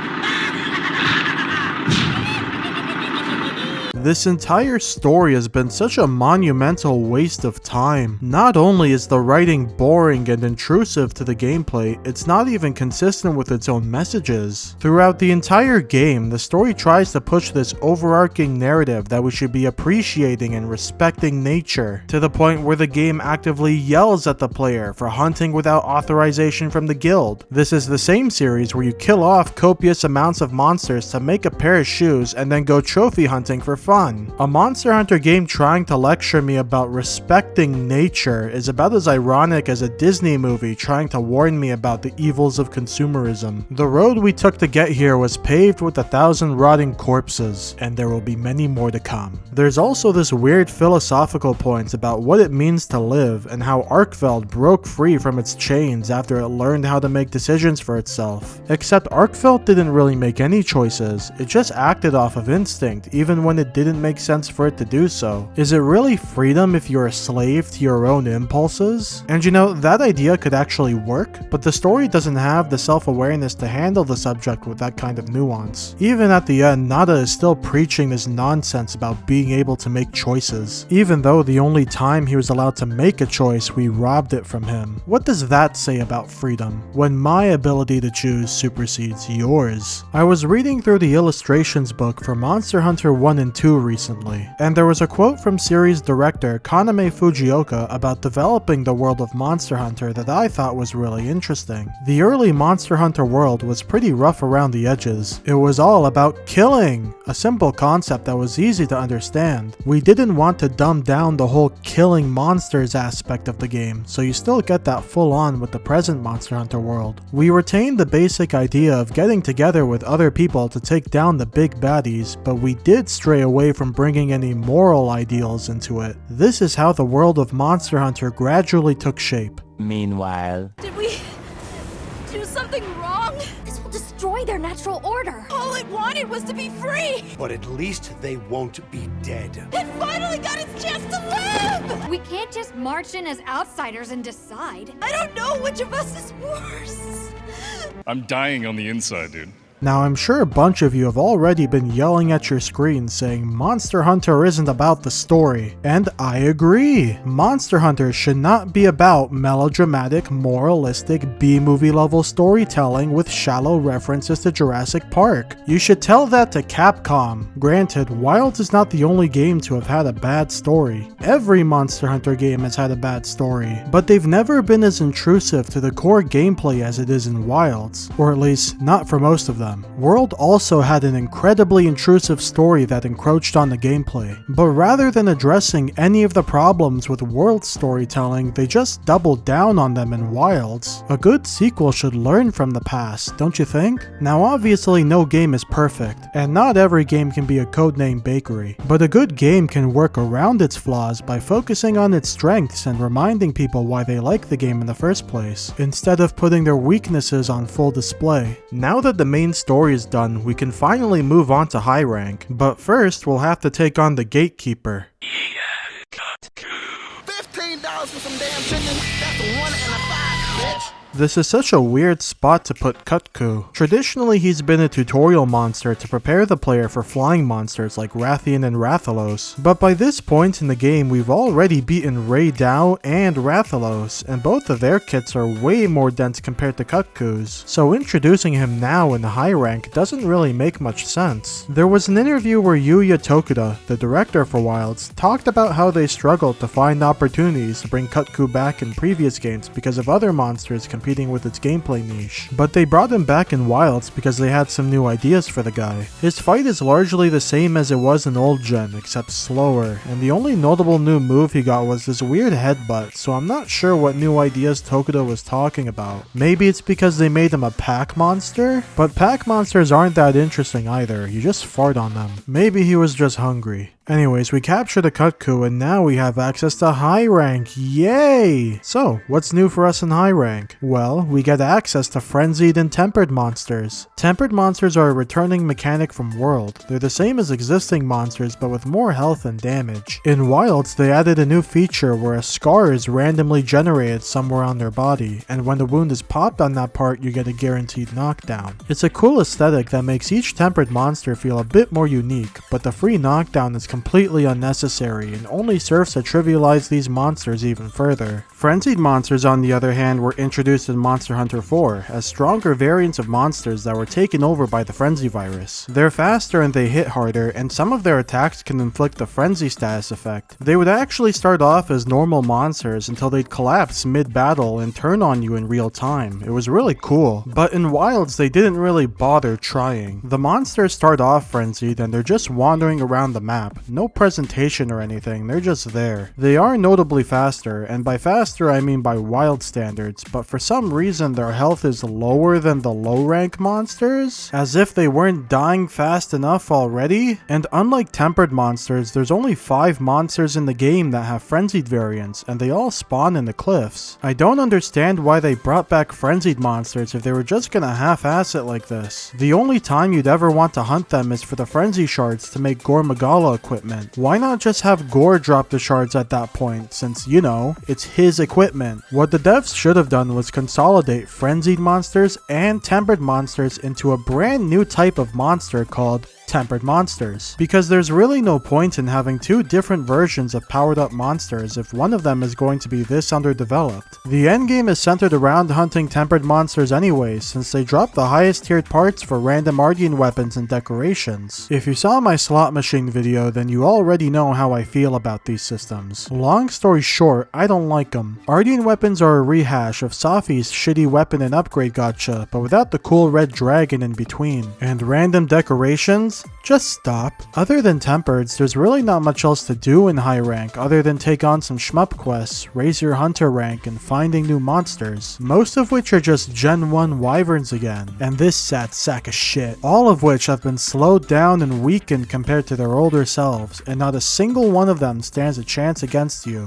Now, I've had a lot of issues with this game, but I'm sure some of you are willing to handwave all of them away, because at the end of the day, Wilds isn't supposed to be like the games that came before it. It's not about the challenge, the engagement, the rewards, or the story. It's about enjoying the seamless hunting experience. One of the biggest marketing points for Wilds was the idea of a big, seamless world. Only to be fully realized in the new Monster Hunter Wilds with its completely seamless experience. I think it'll feel a little bit different, and you'll have more options at your disposal because of the way that we've made the seamless experience of the maps work across the whole game. You go into the hunting field and you go hunt monsters, and it's all seamless. There's no loading screens, none of that. The entire game space is open and seamlessly connected now, with no loading screens between maps and or towns. The game utilizes the more seamless environments and frequently has you and your NPC friends venturing off to complete some task or other. I think it's more of a seamless experience than before.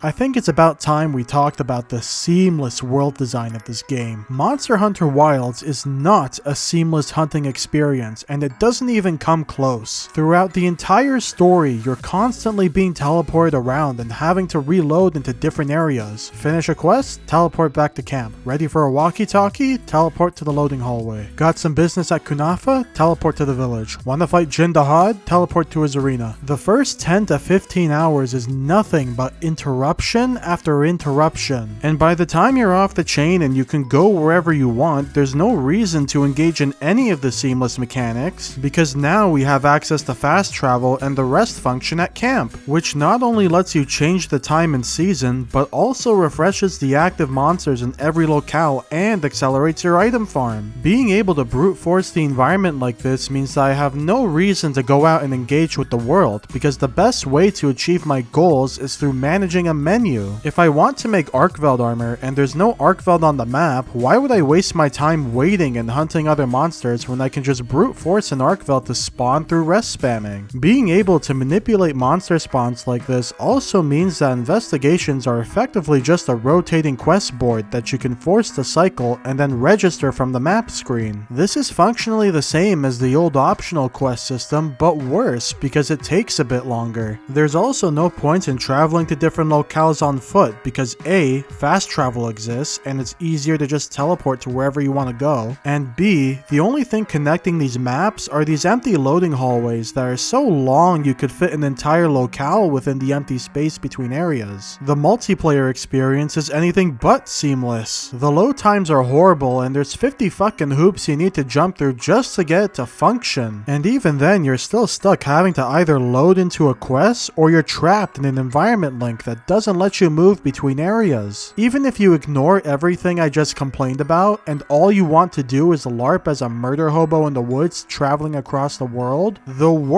is not seamless. The Ice Shard Cliffs and the ruins of Wyveria aren't connected to the main map. The only way to get to those areas on foot is through a loading screen at the end of the oil well basin. This is not a seamless experience. Why did Capcom continue to advertise the game like it was for over 8 months if they knew it wasn't true? お話、ストーリーですね。ストーリーとかそういったアクション部分もそうだけど、とにかくその途切れないで没入感をどんどん出していくっていうところは、シリーズの中でも一番こだわって。 Now before we start to wrap things up, there is one last monster that I'd like to talk about. One of the main attractions of high rank, and a monster that holds a very special spot in a lot of people's hearts, Gore Magala. The old Gore is one of the best executed fights in the series. He looks like an imposing monster, but his initial behavior is actually very meek. He's blind, so he senses his surroundings with the frenzy virus as a form of sonar. You can really feel his lack of vision during the first half of his fight. His attacks are inaccurate, and he shoots aimlessly seamlessly to try and cover as much area as possible. He has to awkwardly flail his entire body around when you're in his flank because he doesn't quite know exactly where you are back there. And when he steps backward, you can see him shake his head a little bit like he's trying to reorient himself. It really feels like you're beating up a blind guy. Most notably though is that he doesn't use his wing arms to attack you. He keeps them folded like a veil to protect his rear and only uses them to fly. Not being able to see makes him vulnerable, and you see that reflected in his reserved fighting style and body language. When he's spread enough of the frenzy virus to see clearly, the antennae spring out of his head and his behavior changes drastically. Now that he knows where you are, he's confident enough to use his wing arms to attack instead of defend. He's more aggressive than he was before, and his attacks are more precise and focused. Now that he can actually see you, he can try and overwhelm you with brute force. That characterization and juxtaposition in his behavior and moveset is part of what made his fight so unique and memorable. Wilds flushes that characterization down the toilet with wonderful moves like this wing scrape that he can just throw out whenever he wants, regardless if his antennae are out or not. Or this weird backflip he'll use to create distance to prevent you from punishing him. Or this really precise wing slam that can hit you from behind. For a monster that's supposed to be blind, he's awfully hyper aware of the player and his surroundings. The balance in his ecology, characterization, and boss design is gone and replaced with a spaz throwing a temper tantrum in a cramped arena that's too small for him. The idea of fighting this reserved blind creature that's slowly biding its time goes out the fucking window when you decide to give it a 180-degree sucker punch. They probably slapped these moves onto him to make him feel more like an endgame monster, and yet he still doesn't feel like one. Most of his moveset is the same as before. He's still not that hard to deal with. That's because Gore Magala at his core was designed as a mid-game level threat. He was never designed to be an endgame monster. That role was meant to be filled by Shigaru and Chaotic. In trying to shove Gore into a role that he was never meant to be in, the developers had to butcher his character, and his fight leaves a much weaker impression on me because of that. I've been pretty hard on the enemy design in this game, but that's only because Capcom has set the bar so high for themselves. There was a point in time where monsters were able to express a lot of character while still being mechanically engaging to fight, and the developers were not only able to just maintain that bar of quality, but push the bar even higher with every game. Those types of monsters are few and far between in Wilds. Most of the new monsters have boring movesets and bare-bone mechanics. Returning monsters have had their mechanics either dumbed down or in some cases outright removed. The monsters move even slower than they did in the older games, which are known for their slow, deliberate combat design, and they're all trivialized even further by wounds and focus mode. Whenever people talk about the difficulty in this game, it always devolves into number spurging and clear times, but the core problem goes much deeper than that. The enemy design of Monster Hunter Wilds is weaker and far less engaging than it's been in any other Monster Hunter game, and that, to me, is the biggest problem with the game. Because if the monster fights aren't good in a game called Monster Hunter, then why am I still playing? And the answer to that is, you don't! Which leads into my last point, the future of Wilds with its title updates. There's a sentiment going around the community that the title updates will eventually solve the many different problems with the game, and that people should not have expected this game to be fully packed at launch because it wasn't like that for World and Rise. I completely disagree. A title update isn't going to fix the problems I have with the base game. It's not going to fix the story or its intrusiveness, it's not going to fix the terrible UI, it's not going to fix my problems with the sacred and the enemy design, and it's not going to fix the lack of challenge or engagement during progression. The only substantial things these title updates do is add content to the end of the game, like new monsters, new equipment, monsters with bigger numbers, and weapon balances. They don't fix the core problems with the game overall, they just power creep the endgame like an MMO. A bad MMO. And if the developers are just going to dumb down all of the returning monsters and half-ass their mechanics, then I don't want them to bring back the older monsters. Make a new monster instead of shitifying the older ones. Moreover, most of the content that's being packaged as title updates is content that's been deliberately cut from the base game. And we know that Capcom is doing this because 4 out of the 5 title update monsters were data mined long before they were announced, just like they were in Sunbreak. They weren't just data mined from the base game, mind you. They've been data mined since was the beta. In fact, Capcom did such a terrible job covering their tracks that before the game even launched, the Chinese community was able to mod in the entire Gypsyros fight into the first beta branch on a private server before he was even revealed to be in the game. How coincidental then that one of the monsters added in the second beta build just so happened to be Gypsyros. It's almost like the second beta had been planned well ahead of time. Let's just between us, we'll keep it between us. Is there going to be another open beta test before launch?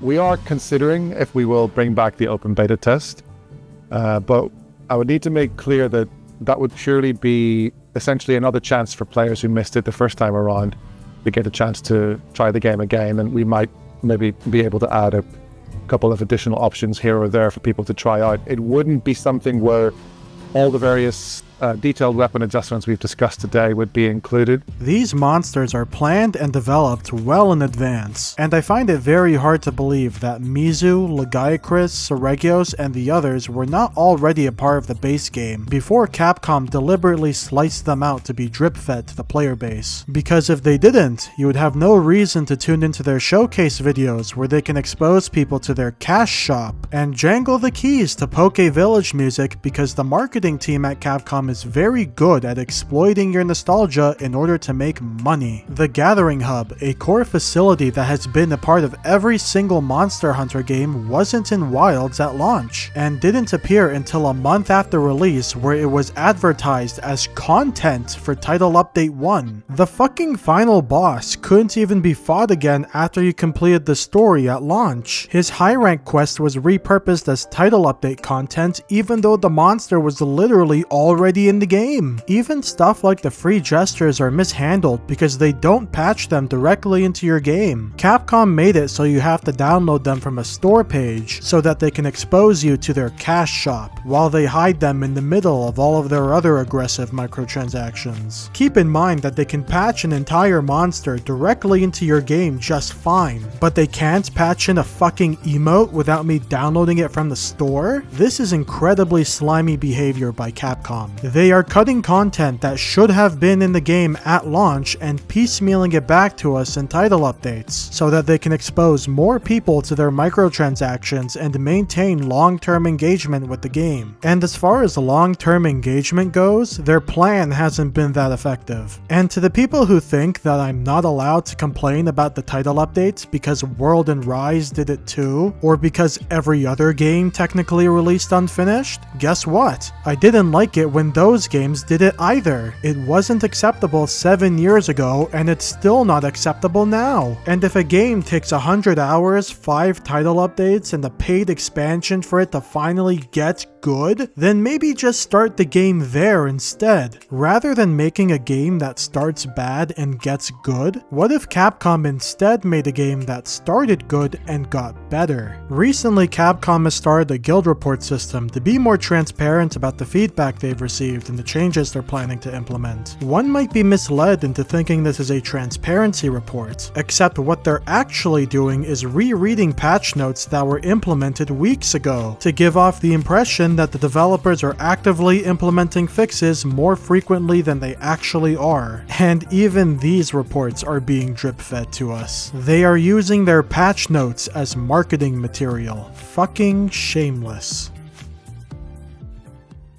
My first question is more of a broad question, because Monster Hunter has evolved a lot over time. So I was just wondering, where do you see Monster Hunter going in the next decade?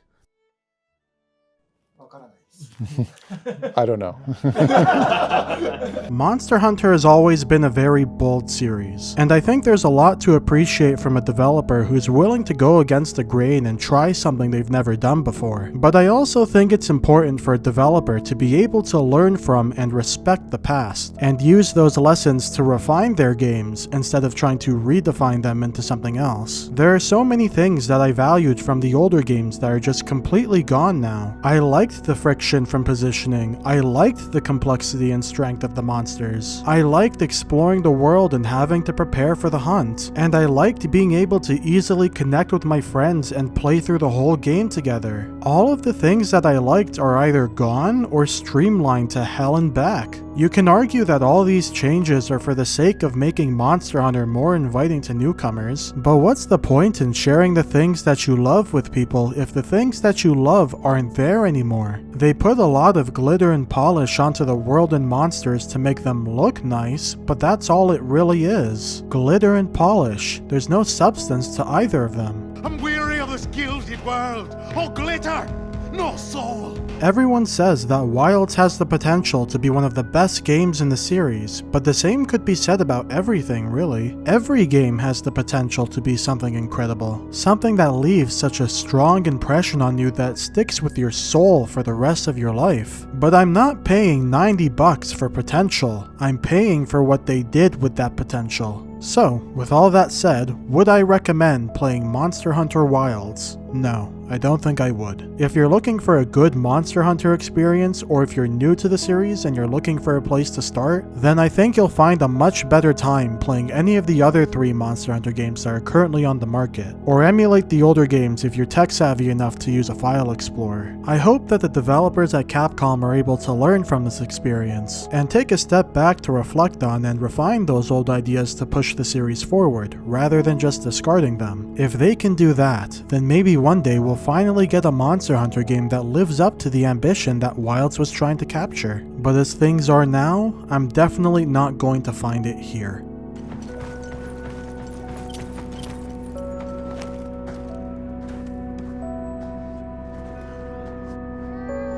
Good boy.